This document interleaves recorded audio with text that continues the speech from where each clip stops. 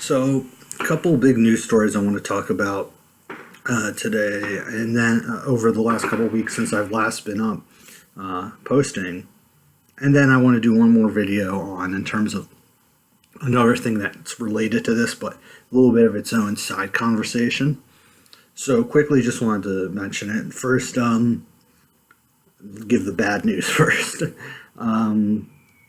The Supreme Court the last couple weeks has been an absolute shit show, an absolute disaster in terms of multiple decisions, in particular upholding Trump's Muslim ban was a really bad one.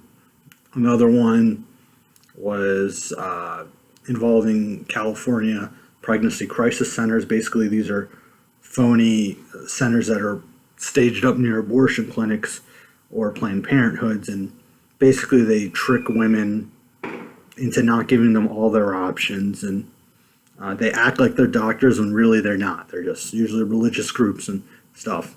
So in terms of disclosure, that's what that case was at, and they sided on the side of the crisis centers. So another hit towards women's rights, another hit towards women's right to shoes, which is just really bad. I mean, we got to do better.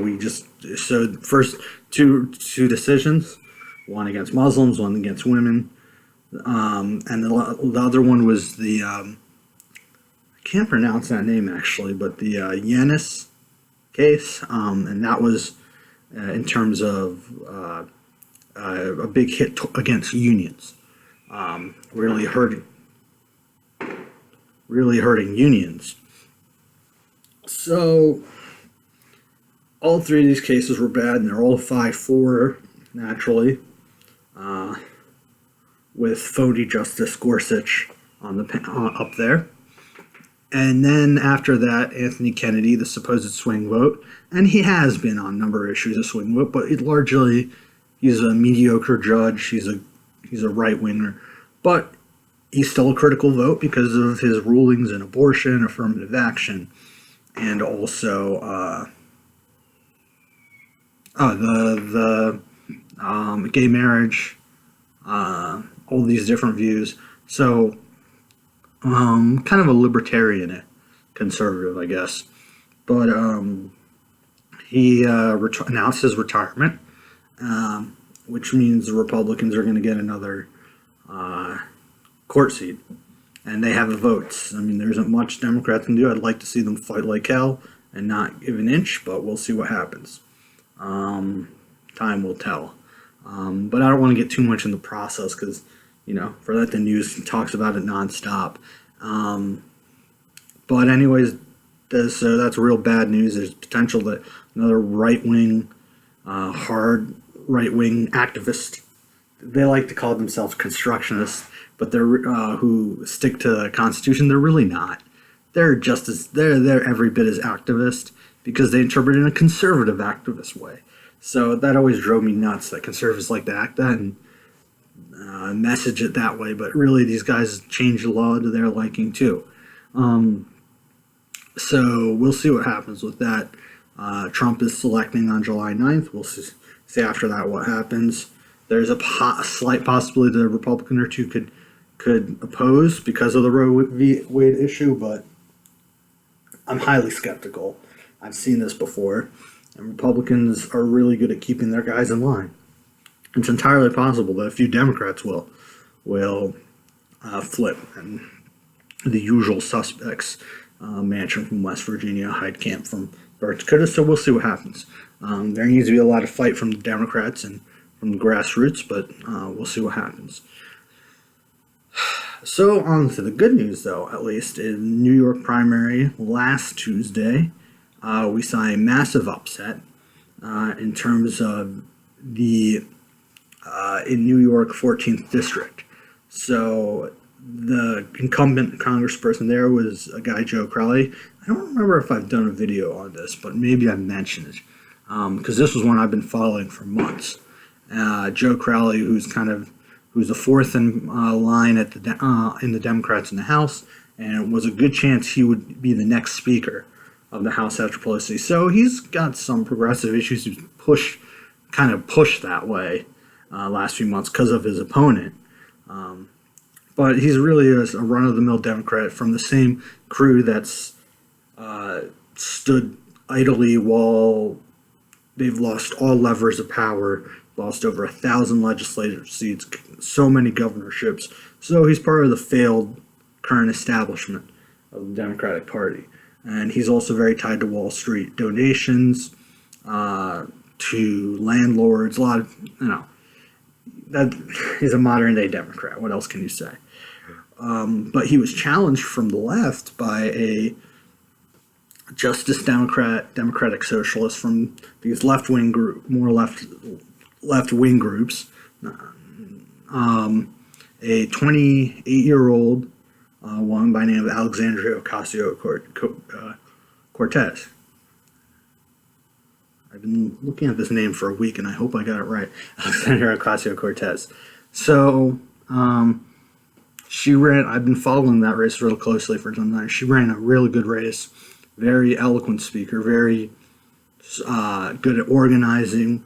And this was really a movement candidate. It's not just about the candidate. The candidate is strong. The candidate is good, and cared about her district and had a good feel on her district, contrary to Crowley, who was was living in Virginia and just assumed that he got a seat. He was also the party boss of Queens. This is a district that covers partially Queens, partially the Bronx, and he was just assumed. He got that position. It was handed to him by his mentor, who was previously in the seat, dropped out at the last second, so only he could get the seat. And for 10 terms, he's had that seat. And if you look at it in history, there's a lot of in the cities, these machine politics. So it's really kind of corrupt, but they kind of run the show. And if you go against it, you pay a price. So she went and fought the machine, and turns out the machine was a paper tiger. She won by 15 points, crushed them. And it was real great to see. It was a great movement campaign, and a good sign that leftward populism, that social democracy, democratic socialism, all these ideologies, they're all different, of course, but all these ideologies uniting. And stepping said, we're going to fight for the working people. We're going to fight for minorities. We're going to fight for immigrants. And this caused this could be really a turning point, because up until now, Sanders was there in 2016, but even they've been ignoring all these candidates. But once you win, they have to cover you. So it caused such an earthquake, such a shock. Now, suddenly you're seeing progressives, people from the left getting a voice on these stations, and suddenly you're hearing a lot more. And one big example is Ocasio-Cortez was one of the few politicians or people running for office who wanted to abolish ICE, Immigration Custom Enforcement Services. So these guys are not the Border Patrol or anything. These guys are the ones that chase around immigrants. They claim illegal, but they're also, if you see stories, they're picking up legal immigrants and naturalized citizens and holding on to them for a time too. But they're enforcing inside the country. So before that, there'd been a little bit of whispers, but not a lot. Now, in that week since, suddenly it's now a mainstream topic. Everybody's talking about it. So now you see the window has been shifted. The Overton window. Overton window is basically what's seen as acceptable in the mainstream. So before that, you couldn't even talk about such issues. Issues like job guarantees and issues like abolishing ICE and issues like Medicare for all. But now, just this one win has shifted the window to the left. And that's one of the biggest benefits. Even if you don't agree with all those policies, I personally agree with most of them, but even I would support a candidate more to my left than my right, because Republicans on the right have been so good. The Tea Party and stuff is shifting that window to the right. But now, with this win, suddenly progressive issues are being talked about and seen, albeit skeptically, but being talked about. And people can hear it. And I think that's going to have a real big impact. There's already been an increase in fundraising. There's now some progressive candidates who weren't getting a lot of airtime are getting a little bit of airtime. You're seeing organizing even today. There are protests at the Statue of Liberty, big protests about family separation. There's just a shift now.